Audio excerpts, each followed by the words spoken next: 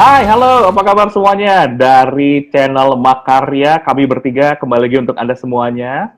Dan Makarya ini kepanjangannya adalah Bersama Berkarya, ya. Bersama Berkarya ada saya Arif Darmawan yang menjadi host Anda semuanya, dan bareng-bareng dengan saya sendiri di sini nih, kita ada bertiga. Yuk, ada Agung, ada Riza, ada gue sendiri Arif. Za, silakan masing-masing memperkenalkan diri lagi. Ya, yang namanya Riza saya temannya Arif dan temannya Agung. Seperti biasa perkenalan saya adalah saya temannya mereka berdua. Gung. Saya Agung, dan sudah disebutkan kita semua adalah teman. Karena itu mau nggak mau saya juga ngakuin mereka sebagai teman juga. Ada mau nggak maunya gitu loh. Ya sudah, berarti gue pun harus mengakui bahwa mereka berdua adalah teman gue juga, oke ya? Jadi kita sama-sama harus diakui, semuanya saling mengakui ya. Kita hadir buat lo semuanya supaya saling menyemangati dan memberikan insight juga feedback-feedback yang positif. Nah malam ini nih, yang kita mau omongin bertiga nih, adalah 7 hal yang udah kita amatin bertiga nih berubah nih. Selama kegiatan di rumah saja ini, belajar di rumah saja ini, atau lebih banyak di rumah saja. Mungkin ini akan terjadi seterusnya, dan tentunya kita harapkan ada dampak positif juga. Benar ya? Ya. Yuk, Za, lo mulai duluan, Za. Silakan. 1 dulu. Aduh, sebuah kehormatan ketika saya harus bicara tentang perubahan. Banyak sebenarnya. Sebenarnya banyak, cuma perubahan baik yang terjadi adalah merencanakan banyak hal. Itu yang gue lakukan. Jadi dampaknya untuk hal-hal yang rutin gue sudah merencanakan. Pada saat gue mengeksekusi, gue nggak perlu mikirin. Itu lebih produktif. Oke. Selama ini lebih spontan berarti ya? Makan siang spontan, ntar aja mikirnya. Kalau misalnya pergi, kalau misalnya ada kegiatan atau misalnya seminggu ini mau makan apa, mau masak apa di rumah, paling cuma yang besar-besarnya. Tapi sekarang sudah lebih, kalau gue lebih terplanning, gitu. Rencana pergi, sekali jalan, gue harus merencanakan banyak hal, karena kan terbatas nih. Karena lockdown bukan berarti tidak pergi sama sekali, tapi dalam sekali pergi, keluar rumah, semua hal yang direncanakan itu tercover. Apa dulu, mana dulu, ngapain dulu, kemana dulu, mau beli apa, terus apa barang-barangnya, lebih jauh, lebih terencana. Karena mungkin selama ini direncanain, rencana ke mana, hasilnya jadi gimana. Nah, dengan kondisi ini kan, ibaratnya ini gue pergi pagi-pagi nganterin diri gue nih ngantor, dia harus ngantor. Nggak cuma pergi nganterin ngantor tuh, harus apa yang dilakukan? Beli inilah, beli itu, ngambil inilah. Jadi sekali jalan balik ke rumah banyak hal yang kenapa demikian? Jadi selama ini nggak selalu bisa realisir rencananya. Terus kalau lo berencana begitu, berpengaruh ke perencanaan finansial juga nggak sih? Pastinya dong. Gila aja. Semalam gue dapet diskusi sama temen gue di satu grup WhatsApp. Nah, bicaranya gini, bukan saluran pernapasan ternyata COVID-19 ini, tapi saluran pendapatan yang terpengaruh. Ya. Benar juga ya. Maka dari itu yang dijaga juga bukan cuma saluran pernapasan. Ketika saluran pendapatan terjaga, ya kita harus merencanakan banyak hal.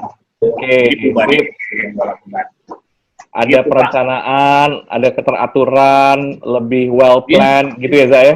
Oke. Keren. Sebenarnya spontan. Itu temannya Komeng. Iya, tapi nggak pakai uhuy. Kelihatan kan angkatannya ya? Kelihatan angkatannya ya? Itu kayaknya angkatan kapan sih spontan? Iya.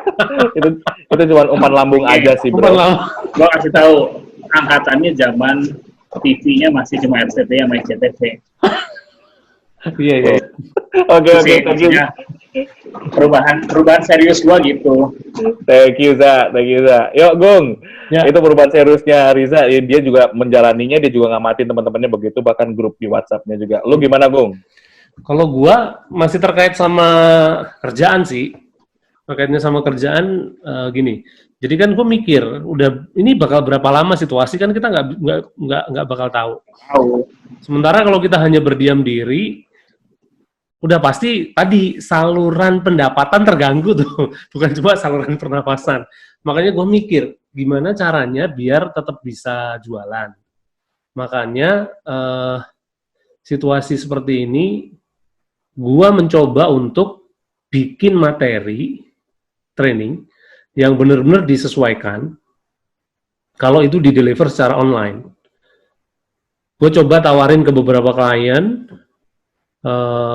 untuk training-training yang sifatnya virtual communication seperti ini ya. Nah, kebetulan ada beberapa yang sudah tertarik dan akan diuji coba juga tuh di beberapa klien. Nah, ternyata kalau gue pikir-pikir, gue nggak mungkin pakai cara ketika ngajar di kelas kok dong, ketika ngajar secara online seperti ini. Kalau di kelas kan gue suka nulis tuh, banyak habisin flip chart pasti. Nah, kalau kita gunakan metode pembelajaran online, nggak mungkin gue pasang papan tulis di situ juga, sama seperti di kelas. Nah, akhirnya gue pertama coba ubah materi, biar lebih sesuai. Dan mungkin gue yakin trainer-trainer yang lain juga pasti melakukan hal yang sama.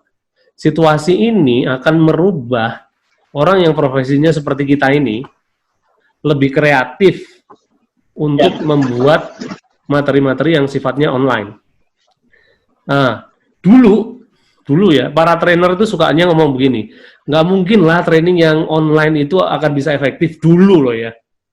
Dulu. Dan ternyata sekarang situasi memaksa kita untuk membuat materi training yang itu harus di-deliver secara online dan harus efektif. Gimana caranya? Dan klien juga punya pola pikir yang sama itu. Pola pikirnya apa? Dulu kalau kita nawarin training yang sifatnya delivery-nya online, mereka bilangnya online mana bisa efektif Pak, interaksinya kan kurang gitu. Nah, ternyata akhirnya belakangan mereka malah nanya, bisa nggak sih training itu di-deliver secara online? Karena situasinya mereka punya program harus jalan. Nah, situasi ini gue yakin bahkan akan bisa setelah ini pun akan masih bisa berlangsung itu. Iyalah, pastilah. Ya. Nah itu. Nah, ini seenggaknya kan jadi punya pilihan kan? Ya betul. Yang misalnya secara empirik ada buktinya. Ini berhasil, Classroom ini berhasil, tinggal pilihan aja. Dan kalau gue sih maksudnya terkait dari itu, kalau boleh berpendapat, ya melengkapi sih. Bukan satu mematikan yang lain, tapi komplement. Iya, komplement. Melengkapi, tinggal pilihan. Kita yang menyediakan pilihan-pilihan itu. Maksud pilihan hidup, apaan pilihan hidup ya? Bisa jadi nanti begitu tuh. Bisa jadi nanti begitu. Ada pilihan untuk, misalnya nih, gue punya peserta di luar kota, jaraknya berjauhan. Kalau misalnya training dijalankan di satu tempat, akan ada cost perjalanan yang cukup besar. Nah, bisa jadi training semacam ini yang dilakukan secara online ini akan menjadi alternatif itu untuk cut biaya tuh. Untuk mengurangi. Ini adalah jawaban. Iya, ini bisa jadi jawaban. Yang dulu nggak pernah kepikir. Nah, jadi Bisa jadi dulu nggak pernah kepikir atau diabaikan. Diabaikan karena gini. Memiliki berbagai cara, Cing. Iya, betul. Untuk membuat kita berubah. Itu new normal ya, benar nggak? New normal. Itu dari gua. Oke. Jadi ada kebiasaan baru dengan virtual delivery, kemudian delivery training, bukan hanya masalah e-learning doang, bahwa orang semakin berlomba-lomba untuk mengakses platform belajar, media internet ya, yang bisa memaksimalkan interaksi. Karena kita jarak jauh ya, kayak sekarang aja lo sama gue jauh-jauhan nih. Gue di Riau, lo pada berdua di Jakarta ya. Sip. Udah 2 ya, hal yang berubah, dan mungkin akan punya dampak positif. Kita optimis aja ini bisa terjadi menjadi lebih baik lagi gitu ya. Nah, yang ketiga berarti tinggal gue ya. Ya.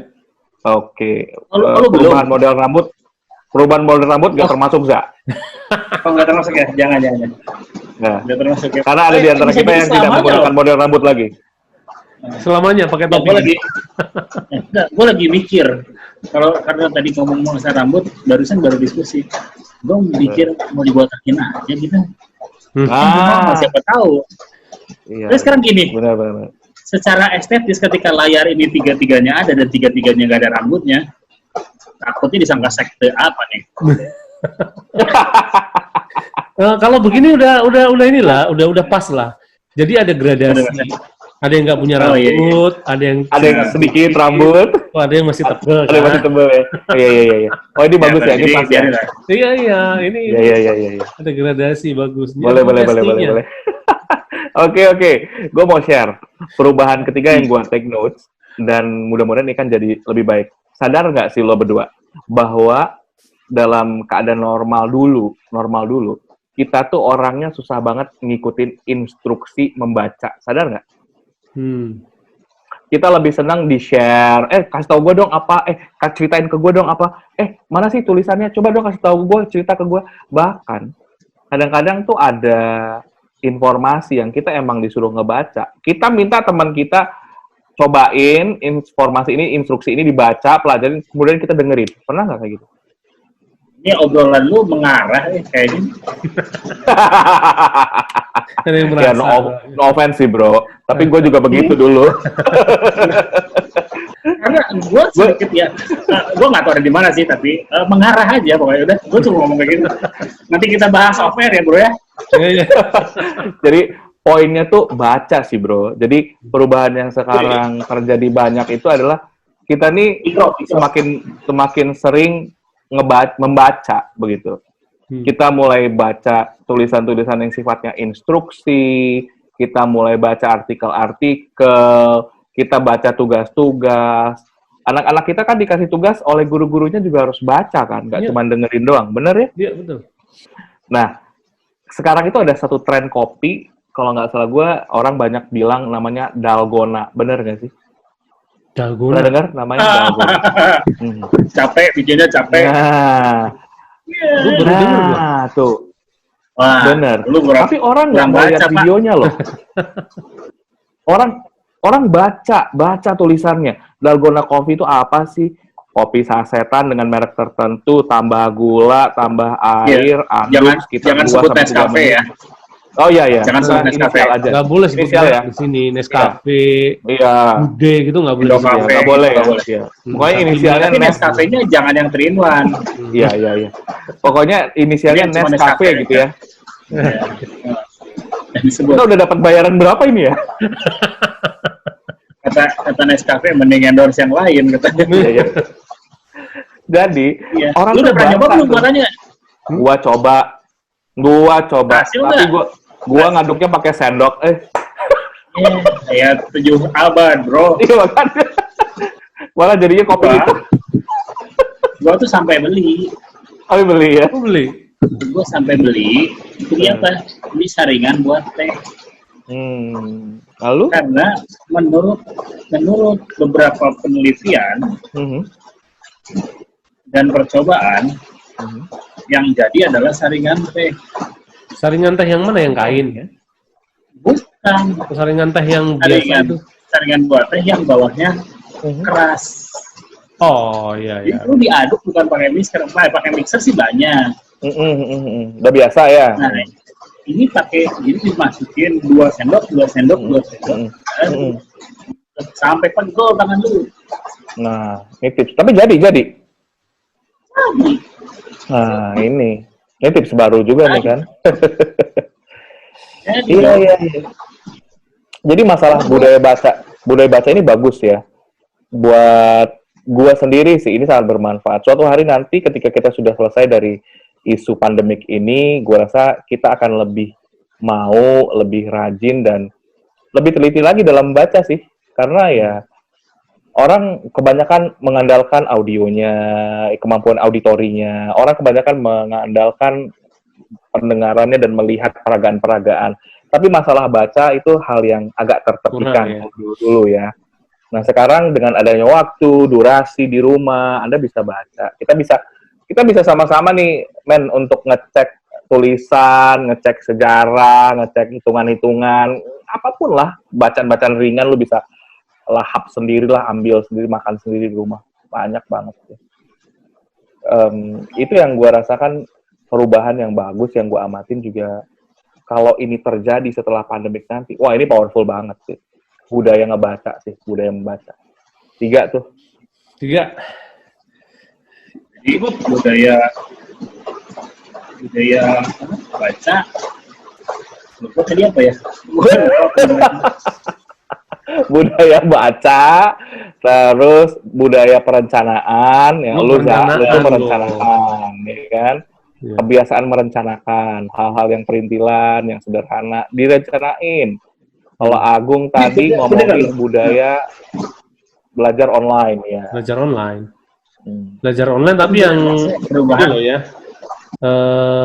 Model meeting seperti ini. Iya. Oke, kita berada di area yang berbeda ya. Artinya kita tidak mau terbebani, kita tidak mau menggerutu dari hal ini. Emang udah terjadi sama kita kok. Mari kita lihat dari area yang lebih positif, dari the bright side-nya, sisi yang lebih cerah lagi. Ingat, kita nih dari Makarya pengen saling encourage, menyemangatin, juga mudah-mudahan bisa menginspirasi teman-teman semuanya yang menyaksikan kita bertiga. Saya Arif. Gua Agung. ya. Saya temennya Agung dan Arif. Tidak bisa. Sampai ketemu lagi di channel Makarya berikutnya. Bye-bye.